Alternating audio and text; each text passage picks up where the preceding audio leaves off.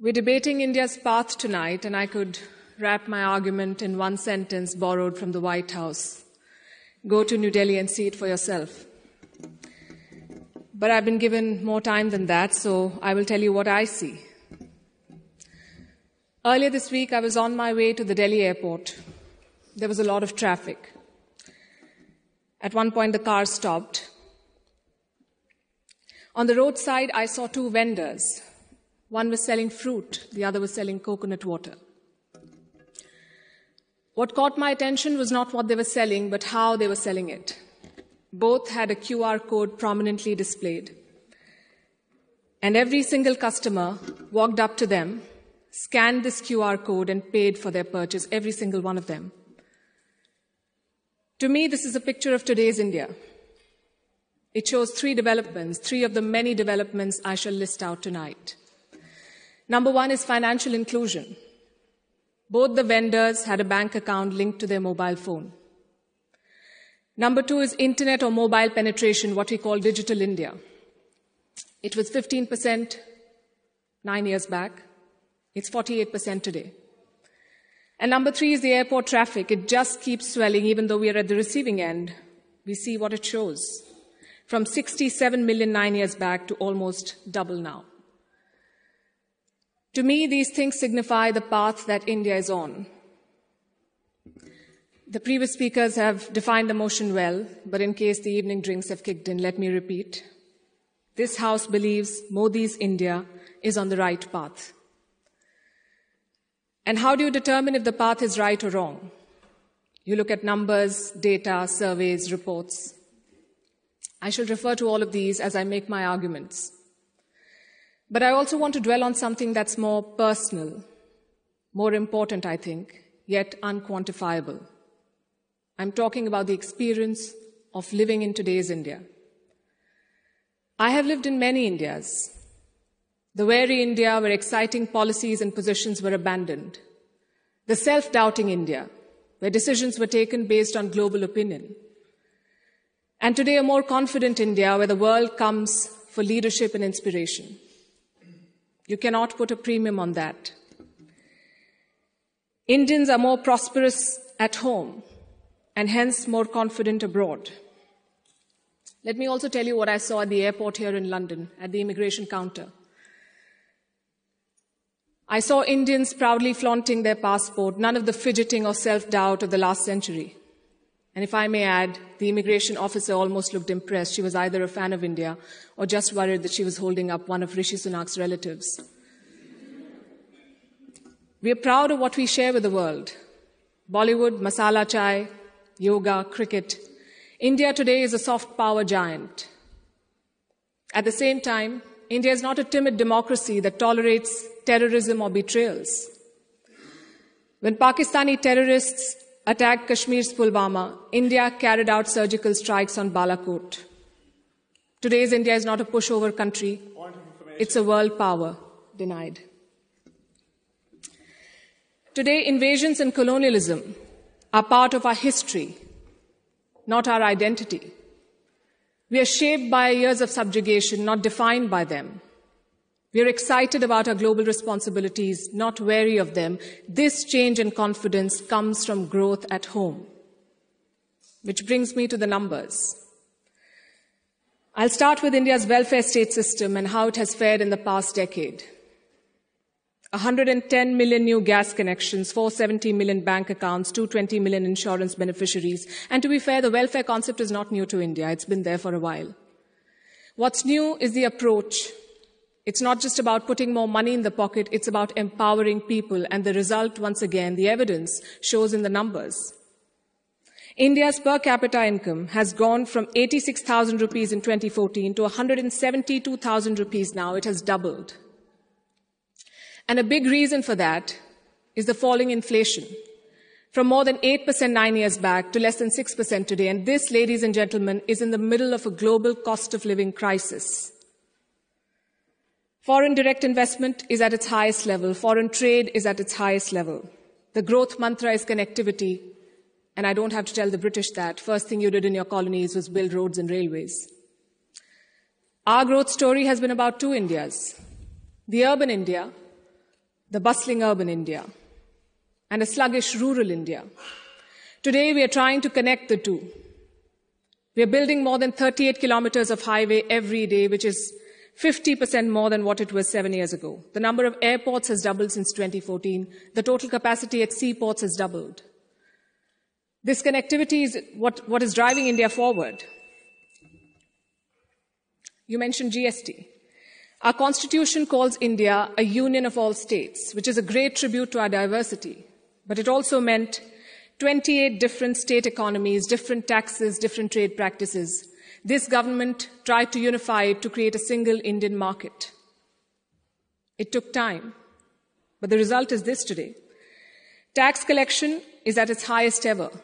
The number of taxpayers has doubled since 2017. I have a lot of data I could go on, but you get the drift. So now I'm going to talk about India's global position.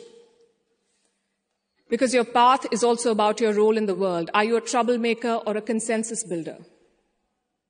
I think there is no doubt as to where India stands. India is a member of the Quad and the SCO. India is invited to the G7, but is also a member of the BRICS. India rubs shoulders with the West, but also leads the global South. Which other country can claim to juggle these roles? And how does India do it? Because we are not trying to play an outsized role in the world, we are trying to play the right role. In the Russia-Ukraine war, India has not taken sides. And I know it confuses a lot of people here, but back home the thinking is very clear. It is not in our national interest to pick sides and make things worse. India has excellent relations with Russia and the West, and we want to preserve that. It's like when your two good friends fight. Do you pick sides and make things worse? Or do you try to talk sense to them and bridge the divide? I know what a good friend would do. I see what India is doing. India has always been, or always tried, to be a part of the solution, not the problem. Look at our neighborhood policy. When Sri Lanka was sinking, India provided assistance worth $4 billion, no strings attached, no grudges held, for Colombo's proximity with China. A lot of people say that India is losing control of South Asia. I say South Asia was never India's to control. New Delhi is building relations based on mutual respect and equality, and the results show beyond government interactions. Countries like Nepal and Bhutan are using India's online payment systems. Students from the neighborhood come to India for training, grants, and scholarships. This government has aced what we call Buddhist diplomacy. It is leveraging India's position as a cradle of Buddhism. All these initiatives have made India popular. The world stands with us against Chinese expansionism. The global South looks up to us for leadership. The global North looks up to us for partnership. I think that's the hallmark of great diplomacy and statecraft, when you're loved and respected in all quarters. More importantly, when you're trusted in all quarters. India repaid that trust during the COVID-19 pandemic. When the world forgot about morals and globalization, India sent 24 crore vaccines to 100 countries. And you saw the result of that in Papua New Guinea. When Prime Minister Modi landed there, their Prime Minister touched his feet. This was not a personal gesture to a leader. This was a vote of thanks to the entire country. Let's talk about domestic affairs. Kashmir was brought up. This government abrogated Article 370. Today, Kashmir's economy is doing much better. 1.8 crore tourists visited the valley in the last year. That's the highest ever in Indian history, 1.8 crore. Kashmir is getting its first ever foreign direct investment, and that too from a company in the UAE. But since this is Kashmir, let's not limit ourselves to finances. Let's talk about security. Terror attacks in the valley have almost halved in the last few years. The numbers are staring in your face. Security is better, economy is better, Kashmir is better. Plus, we have corrected a historical wrong imposed on India. Let me also address something else that was raised by the opposite side, and that is religious intolerance. It's easy to quote anecdotal evidence and paint an entire country as intolerant. But random elements and sporadic incidents do not speak for India or its leadership. or its government. Only policies do, and I'll tell you about those policies. More Muslim students got scholarships in Modi's first term than the previous government. I'm talking about 2 million more Muslim students. If the idea was to marginalize them, why give them more scholarships? Look at the government's Hajj policy. Prime Minister Modi held personal talks with the Saudi regime to increase India's Hajj quota. In 2014, it was 136,000. By 2019, it was more than 200,000. Again, if the idea was to marginalize Muslims, why increase the Hajj quota? This government abolished triple talaq. Would you call it reform or repression?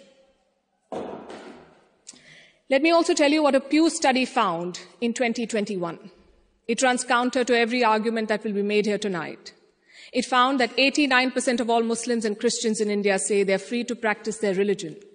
I'll repeat, 89% of all surveyed Muslims and Christians, but no, let's build on perceptions and anecdotes, not on facts. I would also point you to all the social schemes, the bank accounts, the gas connections, the insurance policies. They're available to all citizens of all religions. Does that mean India cannot do better? Absolutely not. Even one incident of marginalization is one too many, but how would you judge an entire country's path?